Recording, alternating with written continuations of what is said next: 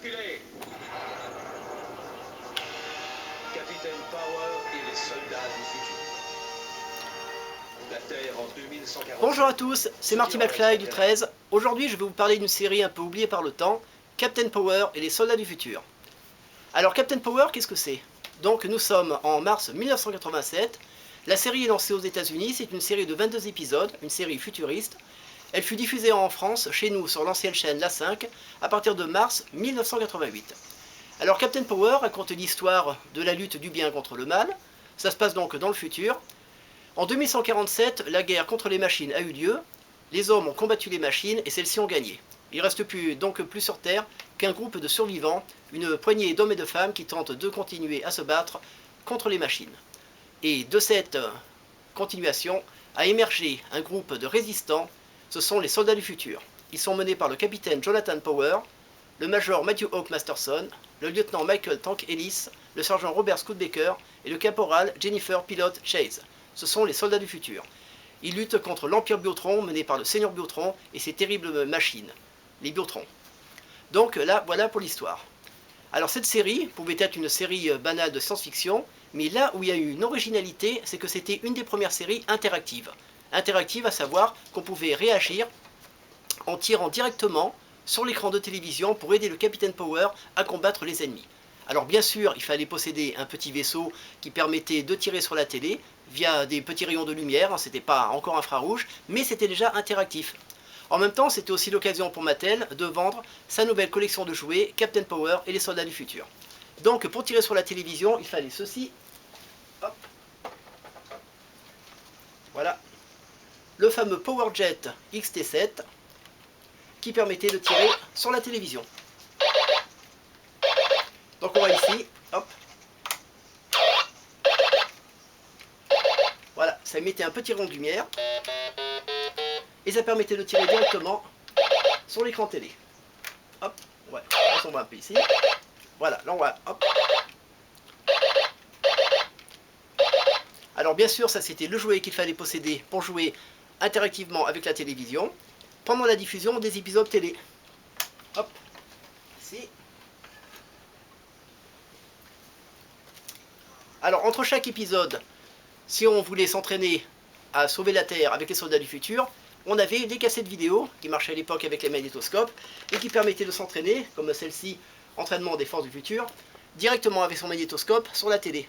Donc ça permettait de jouer entre-temps, entre chaque diffusion, des épisodes télé. Donc voilà pour l'originalité de la série. Bien sûr, il y a eu une collection de jouets, collection que je vais vous présenter. Je vous présente donc ma collection personnelle de jouets Captain Power. Alors à l'époque, quand la série est sortie, on a eu la ligne de jouets, à part les petits accessoires. Donc je vais rapprocher un petit peu la caméra pour qu'on voit par ici. Hop. Voilà. Alors la première vague de jouets qui est sortie se composait du Captain Power, de Hawk, de Tank. Puis pour la deuxième vague, on a eu le sergent Robert Scootbaker et le caporal Jennifer Pilot Chase. D'ailleurs celle-ci est plus rare. On voit ici en fond la base du Captain Power.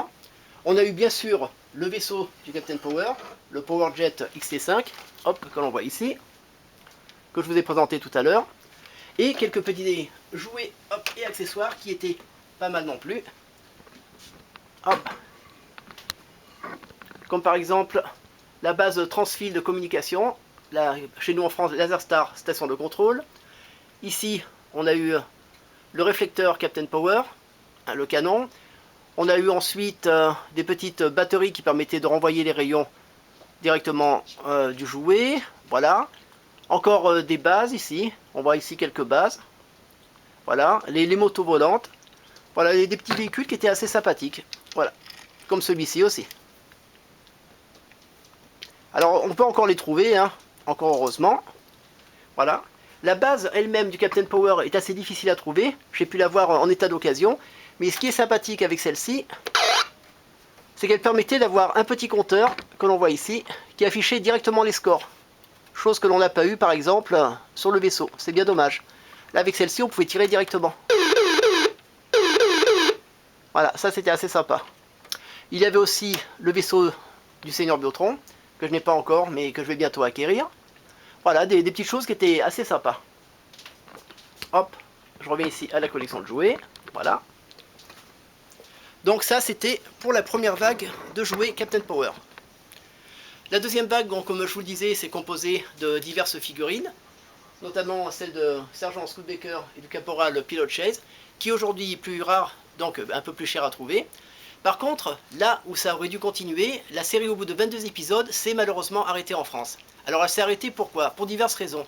Parce qu'aux États-Unis elle était assez chère à produire, Mattel à l'époque traversait une mauvaise passe, et la série a même été accusée d'être un peu trop violente, ne trouvant pas son public ni auprès des jeunes, ni auprès des jeunes adultes. C'était un peu entre les deux. Certains ont même dit qu'il y avait des références par rapport à la dernière guerre. Donc on avait dit que, par exemple, les soldats ressemblaient aux soldats allemands de la dernière guerre. Bon, ça a fait un petit peu polémique, un petit peu aux États-Unis avec ça.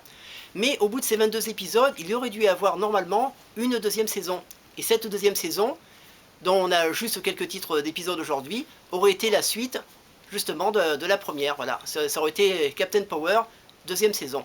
Malheureusement, elle n'aura jamais lieu, il ne nous reste que des scénarios, et la série, au bout de 22 épisodes, s'est terminée aussi de façon tragique. Alors je ne spoil pas, donc vous pourrez retrouver les épisodes directement sur YouTube, vous pouvez voir les 22 épisodes qui sont en ligne, mais elle s'est terminée de façon tragique et n'a pas eu de suite. Voilà, ça c'est un petit peu dommage. Donc il nous reste encore aujourd'hui quand même les jouets, les épisodes à revoir, que vous pouvez retrouver sur la chaîne YouTube ou directement en coffret DVD. Alors que reste-t-il aujourd'hui de Captain Power? À part ces épisodes, des fantastiques jouets que je vous ai présentés. Et à l'issue de cette deuxième saison, il aurait dû avoir des personnages un peu plus rares, aujourd'hui que j'ai pu trouver, comme par exemple le caporal Nathan Stingray Johnson, et aussi la figurine ici du Tritor, que l'on voit ici. Voilà, ça aurait pu être des figurines, vous voyez, je les présente, je les détaille un petit peu. Voilà, ça aurait pu être des figurines inédites qu'on aurait pu avoir pour cette deuxième saison, et malheureusement qu'on n'a pas pu avoir. Donc voilà, ça aurait été une façon sympathique. Alors heureusement, il nous reste encore ces petits joujoux qu'on peut encore retrouver. Alors au niveau de trouver ces petits joujoux, on peut les retrouver sur les sites d'enchères bien connus, à des prix différents. Vous pouvez avoir une figurine, ça peut monter par exemple en prix de départ de 5 € pour une figurine en loose. Une figurine en boîte peut se trouver entre 25 et 30 €. Et pour les figurines les plus rares, par exemple celle du caporal, non celle-ci, oui, de Jennifer Pilot Chase, vous pouvez la trouver aux alentours d'une centaine d'euros. Voilà.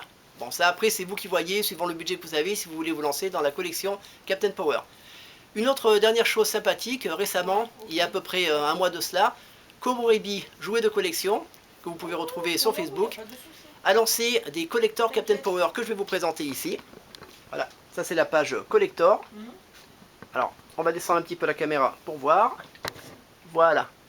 À savoir un disque vinyle, une cassette audio et une série de photos.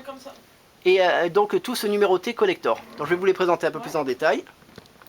Voilà, on les voit ici. Hop. Voilà. Ce super vinyle Captain Power collector, qui donc représente la bande originale de la série. Non. Ici. Non, il n'y a que moi. Hop. Il travaille. Ensuite, il travaille ce soir. La cassette audio. Ouais, il travaille. Voilà, cassette audio collector. Vous voyez, elle a un bleu magnifique. Qui représente aussi. Hop. Ça va, ok. Voilà. Ok, ça va. Des petits certificats collector numérotés. Toujours la bande originale de la série. Vous voyez, là j'ai le numéro 22-187. Celui-ci. Hop. Et une galerie de photos tirées également de la série. Ça aussi, des photos collector. Hop. Voilà, ça c'est vraiment, ils ont fait un très beau travail. Hein. Un travail magnifique, je le rappelle, de Komorebi, jouets de collection, que vous pouvez retrouver. Ils ont un site directement et sur Facebook et sur leur site. Ainsi que ce joli poster là, que j'ai mis en fond pour présenter la collection. Vous voyez. Voilà, on voit le super poster Captain Power. Voilà. Donc ça, je tiens encore à saluer leur travail, parce qu'ils ont fait vraiment un magnifique travail au niveau du collector. Bien sûr, la série numérotée, il en reste peut-être encore quelques exemplaires, je vous invite à aller voir sur le site, mais franchement, ça vaut le coup d'œil. Alors on a aussi des petits jouets inédits. Donc un dernier jouet que j'ai trouvé qui était assez sympa, qui a amorcé la deuxième vague de jouets collector Captain Power, c'est par exemple le Dread Walker. Alors c'était un petit jouet radiocommandé, hein, donc c'est un engin des méchants, des Biodread, des Biotrons là, hop, voyez, Alors celui-ci est assez sympa, ça se déplace comme ça avec sa petite commande à distance. Hop. Ça c'était assez sympathique. Celui-ci je l'ai trouvé sur le site eBay en Italie. Il est assez sympa. On peut encore le trouver, hein. C'est un jouet qui est assez sympathique. Ça faisait partie de la deuxième vague, qu'on a eu moins évidemment chez nous, vu l'arrêt de la série. Donc ça fait partie des petits collectors. Voilà, ça c'est des petits inédits. Voilà, et par exemple aussi, ah oui, j'avais présenté tout à l'heure parmi les méchants. Hop, ici, le Seigneur Biotron, Tirasson, Terreur Terrestre, et Sauron, Foudre des Airs. Voilà. On présente aussi un peu les méchants aussi, tant qu'à faire. Voilà, on a eu quelques petits collecteurs comme ça. Il y a aussi des petites curiosités, comme par exemple... Hop.